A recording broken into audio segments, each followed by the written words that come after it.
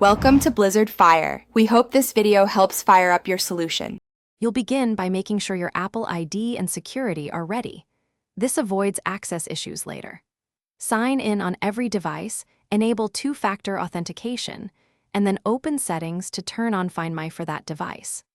Once done, enable Share My Location so people you trust can see devices, and switch on Allow Offline Finding so lost items broadcast via nearby Apple devices. Doing these first makes tracking reliable and keeps location data private, yet available when needed.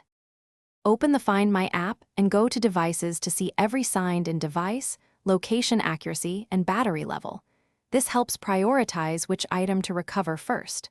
Once you switch to items, tap an AirTag or accessory to view its last seen location and enable notifications for when it's found. Use Play Sound for nearby items, get directions to navigate using maps, or enable Lost Mode to display contact info and lock the device. These actions let you act quickly and securely.